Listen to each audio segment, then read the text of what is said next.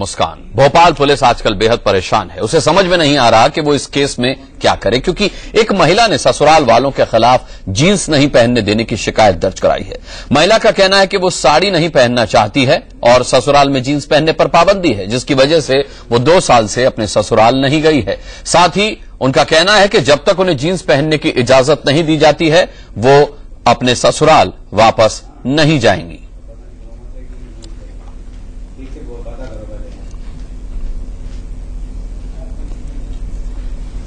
आपको बता दें, इस झगड़े को लेकर पुलिस वाले भी परेशान हैं और उन्हें समझ में नहीं आ रहा है कि वो क्या करें।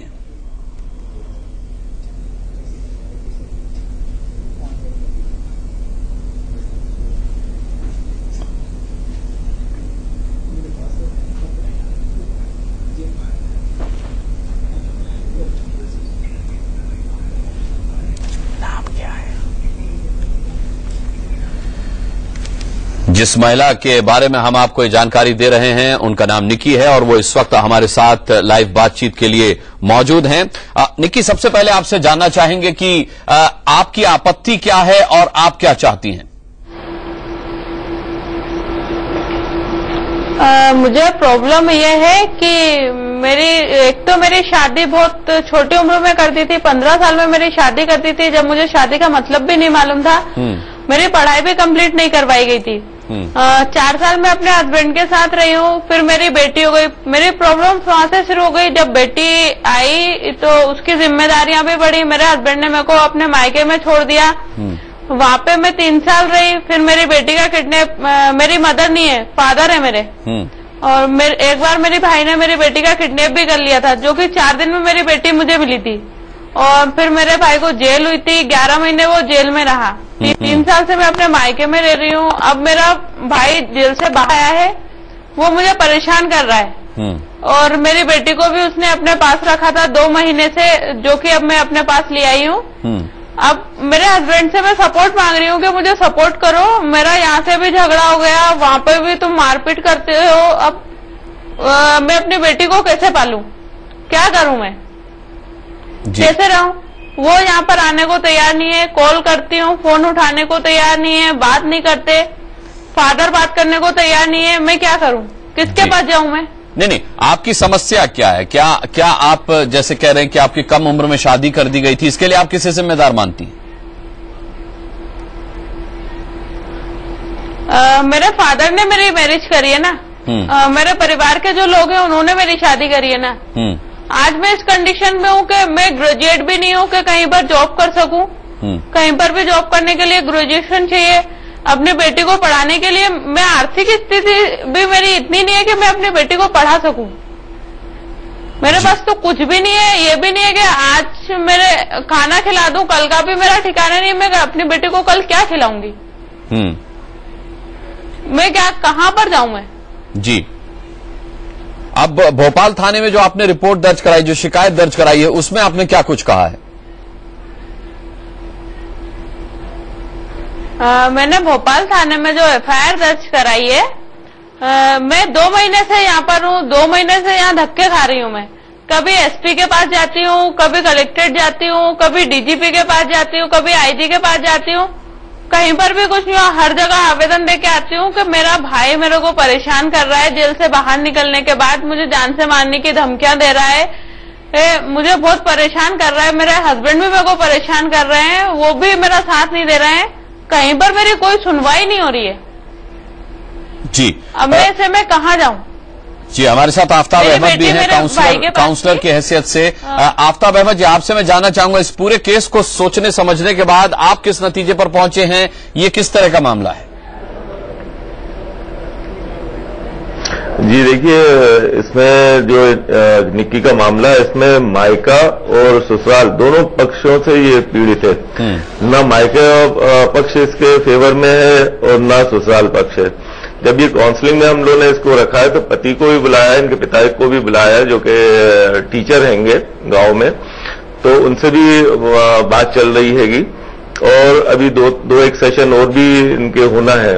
और बात यहां तक पहुंची है कि ये जो पति के साथ रहने का है, पति ले जाने को तैयार है, मगर उसने एक जो जिद ठान रखी है कि इसके ड्रेस कोड को लेके कि ये अब ये नहीं पहनेगी और मैं इसको ऐसे नहीं ले जाऊंगा और साड़ी कुर्ता और उसमें पहने तो फिर ले जा सकती है। इसका ये कहना उस विषय पे कि नहीं, मैं अब इसमें इजी फील करती हूँ और मैं इसमें ही रहना चाहूंगी। तो हम लोगों को लग रहा है कहीं ये अपनी जो उसको हर्ट किया है वो कहीं उसके ऊपर पर्दा तो नहीं डाल रहा, सिर्फ ड्रेस कोड के सामने रखते हुए। तो उससे उसके ऊपर हम लोगों की काउंसलिंग चल रही है। इनके पिताजी के पास इसकी बेटी थी, वो दे के गए हैं।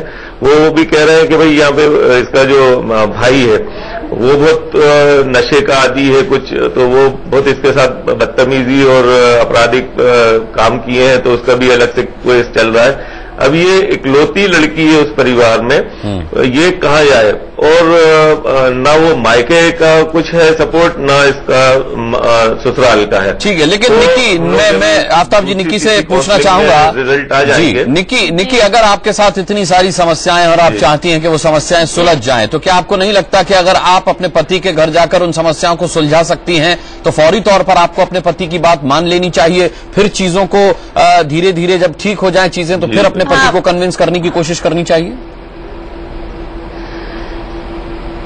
बिल्कुल मैं मानती हूँ इस बात को। अगर उन्हें मेरे ड्रेस कोड से प्रॉब्लम है, मुझसे प्रॉब्लम थी, लेकिन मेरी बेटी से क्या प्रॉब्लम है उनको? वो भी तो 3 साल से यहाँ पर रह रही है, उसको भी तो मैं यहाँ पर पढ़ा रही हूँ, उससे क्या प्रॉब्लम है उनको? क्या वो भी जींस पैंट पहनती है इसलिए उनको प्रॉब्लम है? अगर वहाँ पे साड़ी पहन के भी रहूंगी तो क्या वो मुझे अच्छे से रखेंगे, मेरी बेटी को अच्छे से पढ़ाएंगे, अच्छे स्कूल में पढ़ाएंगे क्या?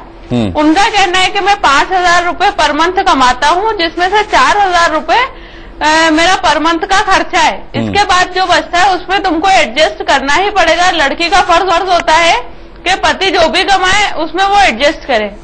तो 1,000 रुपए में मैं अपनी बच्ची को भी पालूं, अपना भी खर्च उठाऊं, कैसे कर सकती हूँ? नहीं, लेकिन वहाँ पर भी मेरे साथ मारपीट होती है जी। लेकिन यहाँ एक सवाल ये भी है ना कि अगर आपके पति आगे अभी हाँ कर दें कि आपको वो जीन्स पहनने देंगे, तब क्या आपको इस बात की गारंटी मिलेगी कि वो आपको ठीक से रखे फिर अपने साथ?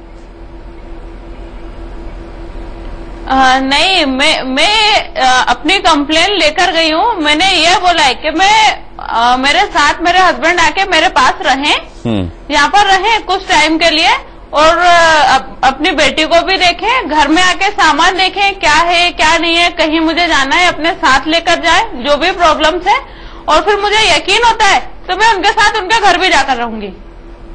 मुझे उसमें कोई प्रॉब्लम नहीं है। आपको साड़ी पहनाना है, आप साड़ी लाके दो, मैं साड़ी पहनूंगी। आपको सूट पहनाना है, आप सूट पहनाओ, मैं सूट पहनूंगी। लेकिन अब प्रॉब्लम ये है ना कि मैं अपनी लड़ाई इतनी लड़ रही हूँ, यहाँ तक आ पहुंची हूँ, अब इसकी क्या गारंटी है? यानी आपका मुद्दा ये नहीं है कि आपको जीन्स नहीं पहनने दी जा रही है, जैसा कहा जा रहा है कि आप सिर्फ अपने ससुराल इसलिए नहीं जा रही क्योंकि आपको जीन्स नहीं पहनने दी जा रही है। ये तो कोई बात ही नहीं है जी, क्योंकि जब मेरी शादी हुई थी 15 साल की जब मैं थी, तब भी मैं जीन्स ही पहनती थी। 3 साल से मैं यहाँ पर रह रही हूँ, तो मैं यहाँ पर जीन्स सूट साड़ी सभी पहनती हूँ, तब तो ये प्रॉब्लम नहीं हो। फिर ये बात कहाँ से उठी कि फिर ये बात कहाँ से उठी है कि आप जीन्स नहीं पहनने दी जा रही है आपको, इस वजह से आप अपने ससुराल वापस नहीं जा रही हैं? वो इसलिए क्योंकि मैं यहाँ पर परेशान हूँ 2 महीने से। अब मैंने अपने अधिकार के लिए लड़ाई लड़ना शुरू की है, तो उन्होंने अपनी गलतियों पे पर्दा ढाकने के लिए इस बात को उछाला जा रहा है। आफ्ताब जी, आपको इस पूरे मसले का कोई हल नजर आता है? जी हाँ, दोनों में अभी काउंसलिंग कंक्लूडिंग उसमें हो रही है, और पिछली अभी लास्ट काउंसलिंग में वो तैयार हो गया था कि कुछ दिन मैं भोपाल में इनके साथ रह के गुजारना चाहूंगा, मगर वो बाहर जाते वक्त ही निकी ने बताया कि पलट गया, कि वो घर तक नहीं जा पाया, क्योंकि इसके का कि पैसे का भी उठाओ, खर्चा उठाओ, ये जहां रह रही है उसका किराया देना है। तो निकी ने बताया आपके यहाँ, तो उसने बोल दिया था कि मैं घर जाके रहूंगा भोपाल में कुछ दिन, और फिर कुछ दिन के लिए निकी अपने उसके गांव चली जाएगी। तो इस तरह से दोनों का एक तालमेल बिठाया था, और मगर उसको कुछ भय है कि ये मुझे भोपाल बुलाना चाह रही है और यहाँ रखेगी, और मैं ले जाना चाह रहा हूँ उसको गांव, और गांव पे भी ये शर्त उसने एक ड्रेस कोड की लगा दी है कि ये उसको मना करे और मैं ले नहीं जाऊं। तो अब लास्ट काउंसलिंग में हम लोग देखेंगे, नहीं तो इसको डोमेस्टिक वायलेंस का पूरा सपोर्ट मिलेगा और घरेलू हिंसा अधिनियम 2005 के तहत वहां पर भी इसकी काउंसलिंग होगी और वहां पे अगर वो उसमें आपराधिक उसमें और इसके राइट्स से का कुछ हनन होता है तो पूरा इसको वहां से कंपनसेट होगा और 125 की धारा में उसको मेंटेनेंस भी मिलेगा। आगे की भी हम लोगों ने सोच रखी है, अगर वो नहीं ले जाता है या इसके पिताजी इसके साथ न्याय नहीं करते हैं या वहां पर भी इसको नहीं होता है तो कोर्ट में हम लोग को रिफर करना पड़ेगा और वहीं सोल्यूशन निकलेगा इसका। ठीक है, आखिरी सवाल निकी आपसे मैं ये पूछना चाहूंगा कि अब आपका कहना यह है कि आप कुछ भी साड़ी वगैरह सूट वगैरह जीन्स सब कुछ पहनने को तैयार हैं, आपकी ऐसी कोई शर्त नहीं है कि आपको जीन्स पहनने दी जाए तभी आप अपने ससुराल वापस जाएंगी, लेकिन आपके पति ने इस मामले को तूल इसलिए दिया है क्योंकि वो ये चाहते हैं कि आप आने से ही मना कर दें। सवाल ये कि आपके पति आपके साथ ऐसा क्यों कर रहे हैं? वो मुझे रखना नहीं चाहते हैं। उनका कहना है कि जल्दी मुझे, इससे पहले भी उन्होंने मेरे ऊपर कई सारी तोहमतें लगाई हैं कि तुम फोनों पे बात करती हो, तुम घर से गायब रहती हो, तब ये मुद्दे उठे नहीं क्योंकि मैंने चुपचाप सहन करा है। 8 साल तक मैंने बहुत कुछ सहन करा है, कभी कोई मामला नहीं उठाया, कभी किसी थाने नहीं गई, कभी किसी कचहरी में नहीं गई। तब भी मुझसे यही कहा है कि तुम अपना डिवोर्स लो और मुझे दूसरी शादी करने दो, मैं कोई दूसरी लड़की ढूंढूंगा और तुम्हारे को लड़की हुई है, मुझे लड़का चाहिए जो मेरे वंश को आगे बढ़ा सके। और लड़की को क्या मैं पढ़ाऊंगा लिखाऊंगा और वो भी ठीक है। ठीक है, अब आप क्या चाहती हैं, सब ठीक हो जाए या फिर आप तलाक चाहती हैं?